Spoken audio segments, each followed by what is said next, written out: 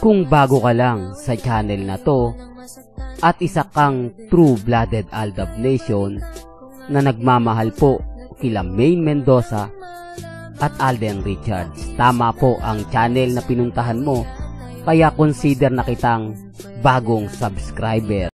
Welcome back mga kaaldab. Ito na naman po ang inyong si Mr. TST. At siyempre panibagong update na naman po tayo. Panibagong mga kaganapan po kina Mr. and Mrs. Paul Carson. Itong pag-uusapan natin medyo sensitibo to mga kaaldab. Maraming magre-react sa akin, maraming magko-komento na naman. Alam niyo naman po na talagang yung mga kritiko natin ay buhay na naman. Ito po yung kumakalat ngayon na talagang pinag-uusapan, pinagpipestahan, ang aminan ng anak.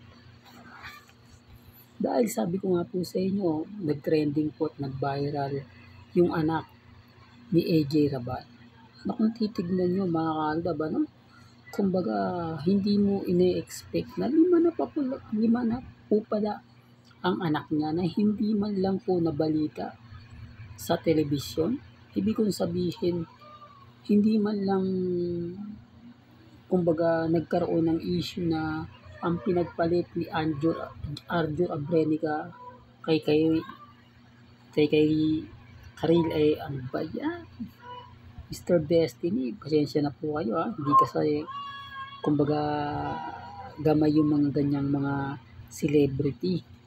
Hindi po ba kasi ako nakapokus lang sa Aldab. Alam nyo, hindi man lang to na bulgar, lalo na nga po nila Christopher Min at ni Ogie Diaz. Bakit? Yan po kasi tinago, nilihim. Hindi po ba? Speaking of lihim, kaya nga po itong photos ni na Alden at ni Christopher Martin ang isa sa kumbaga maganda kasi halo po yung question ng mga ilang mga mamis, mga titas, mga senior na mga Alden fanatics. Sinasabi nilang may anak kaya si Alden Richards? Umamin kaya si Alden Richards gaya ng ginawa ni Christopher Martin nung mag-resign na ito? O yung tuluyan na nga po itong hindi na kumuha ng kontrata sa GMA na sinasabing on-call na lang po siya gaya po na nangyayari ngayon kay Alden Richards? Maraming mga katanungan mga kaaldab na napakasarap nga pong pakinggan, napakasarap nga pong panoorin. Ganyan nga naman po tayo mga kaaldab, lalo na po sa pagbibigay ng update sa mga nangyayari sa mga kaganapan. Bagamat marami pong mga kwento ang lumalabas ngayon, maraming mga bali-balita na talaga naman pong mapapaisip ka. Talaga naman pong masasabi mo na ganito ganyan, etc. Hindi po ba? Kasi ako sa totoo lang po mga kaaldab, maraming mga ganap, maraming mga sinasabi yung iba na talaga naman pong mapapaisip ka. Talaga naman pong masasabi mo na hindi talaga siya umaayon o hindi talaga siya 101%. Ako, nalulungkot ako kapag may nababalitaan tayong hindi maganda. Nalulungkot ako kapag may nakikita tayong hindi kaaya-aya. Real talk to mga kaaldab. Kaya nga po, kapag pinag-uusapan Aldab, nakita niyo naman po si Mr. Destiny, talagang 101% tayo. Kasi kaya nga po hinihintay natin itong pag-amin ng dalawa. Once na umamin po sina Alden Richards at si Maine Paul Carson, abay malaking kumbaga gulo to. Di po ba? Hindi lang po sa atin, kundi sa buong mundo. Pabor naman ito sa Aldab Nation at malaking insulto at sampal ito sa mga army at sa mga Maine fanatics. Real talk yan mga kaaldab. At speaking of Maine Paul Carson, medyo malungkot ngayon si Maine mga kaaldab. Bali-balita nga po nag-uumpisa na ang investigasyon. Lahat ng mga tagong yaman ng pamilya Atayde iniimbestigahan na. Sinusulong na po yung kaso na kumbaga isa sa mga makakasuhan o nakasuhan na.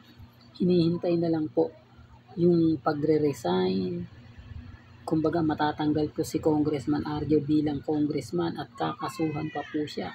Gaya po ni Saldigo. Di po ba?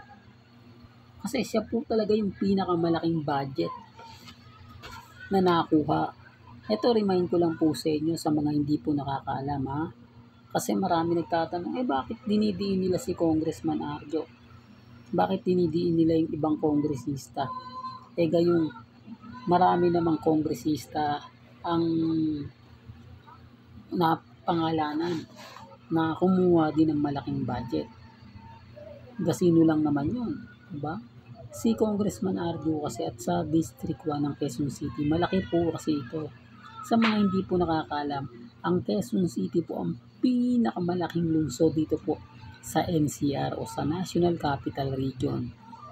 Gaya po ng Parañaque, Pasay, di po ba, Caloocan, Navotas, Malabon, Valenzuela. Maliit lang po yan kung ikukumpara sa laki ng Quezon City.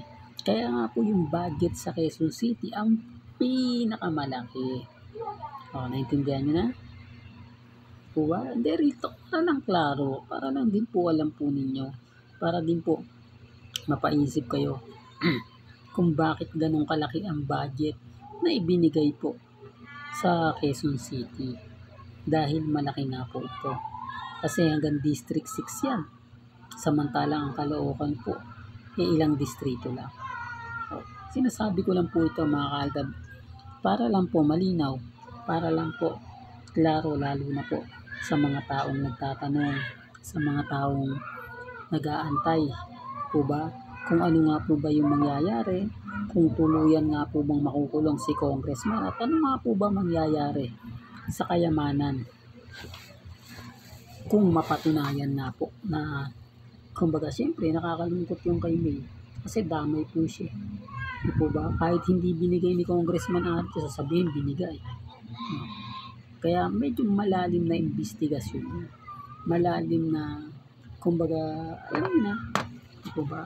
Sinasabi ko lang po ito mga kaaldab para lang malinaw. Kung gaano nga po ba ngayon kalungkot ang pinagdadaanan ni Mengay. Hindi po dahil kay Congressman, ha? Dahil po isa siya sa kumbaga pinipilit pasukahin, pinipilit na yung pera na niya galing po sa kaban ng bayan. Diba? Ito kaya mga kaaldab, nandito na lang po ang ating latest updates. Kaya kung gusto niyo pa po ng pinaka-latest at sariwang update, abay tumutok lang po kayo dito po sa channel ni Mr. Destiny para updated kayo sa mga bago at sa mga latest na i-upload po natin maya-maya na. Hanggang sa muli, salamat po sa panonood at pakikinig.